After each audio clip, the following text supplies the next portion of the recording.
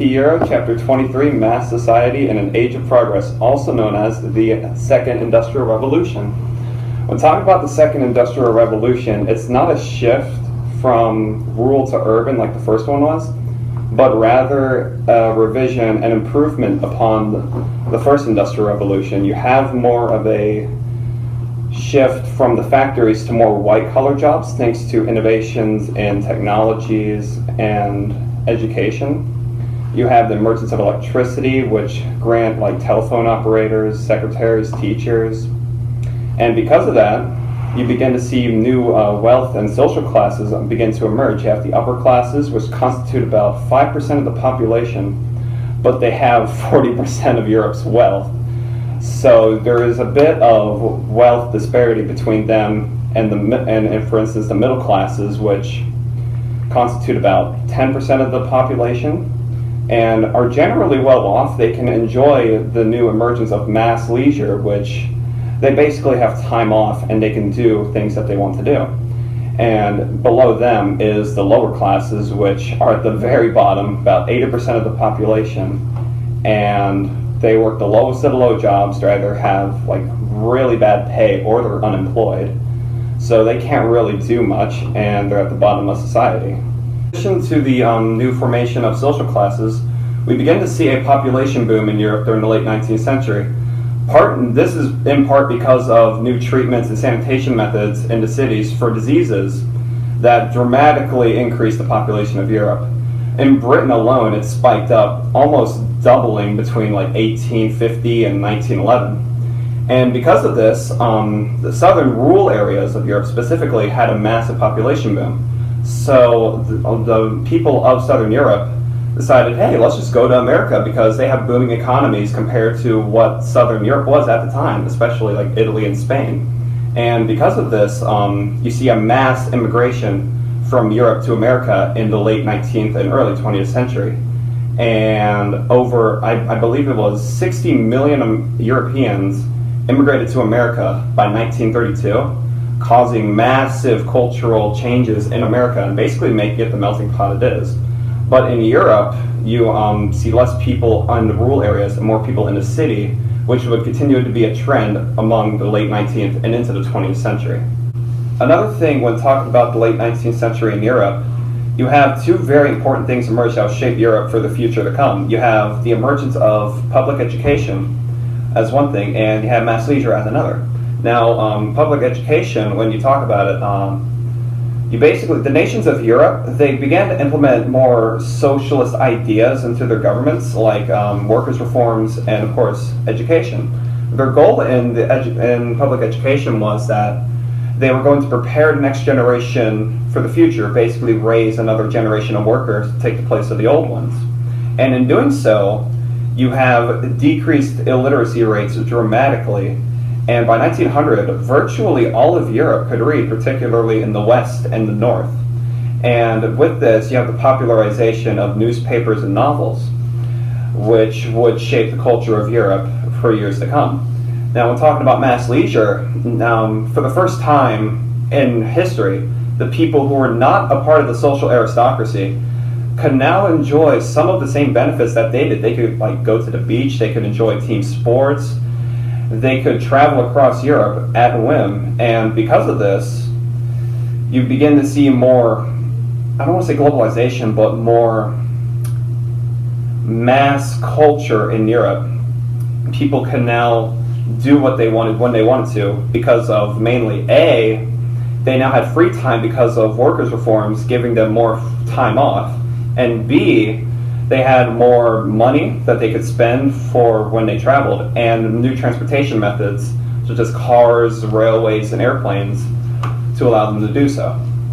Now, when talking about the nations of Europe during the late 19th and early 20th century, you see, specifically in the West, progress and somewhat prosperity in Europe, while to the East you see more of a stagnation and more clinging on to traditions.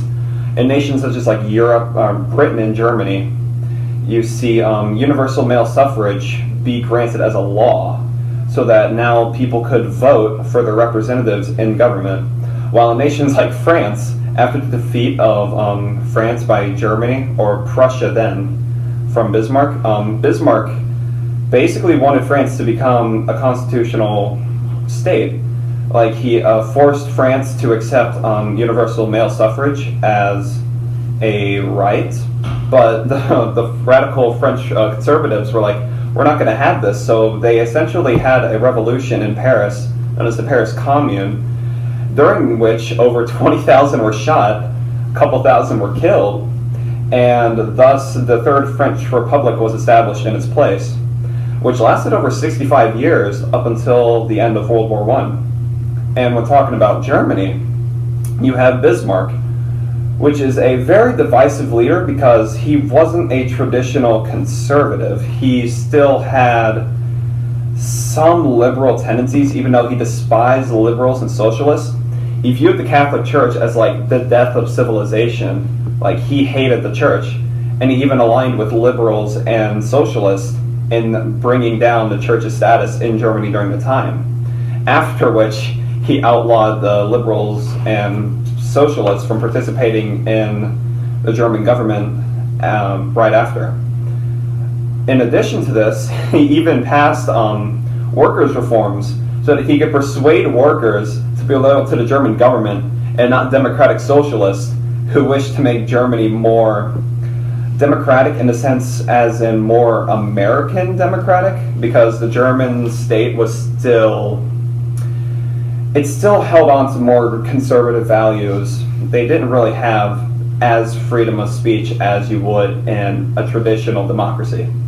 Now, when you look at Austria-Hungary, they were a complete mess. They had several different ethnicities vying for control in the same thing.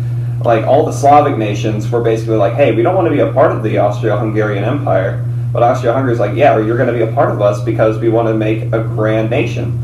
So in Austria, they basically unified under a pro-Catholic Church banner, since that's what all the major nationalities worshipped.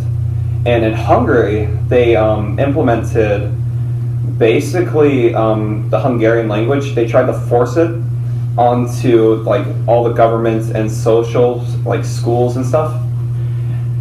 So they were pretty much divided, and this would come to bite them in the end during World War I, when all these nationalities began to basically want their own nation. And when talking about nations such as Italy, which unified around the same time as Germany did, they weren't as well off as Germany was. Italy, they didn't have universal male suffrage. Only about 2% of the population, like the nobility, could vote.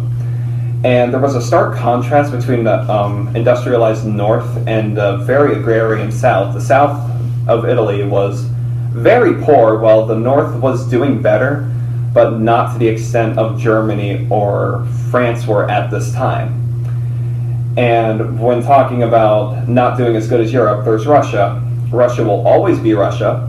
And with the assassination of Tsar Alexander II, you see the rise of Alexander III, who, unlike Alexander II, who was like, hey, we could have some reforms to appease revolutionaries, Alexander III was like, we're not having any of this.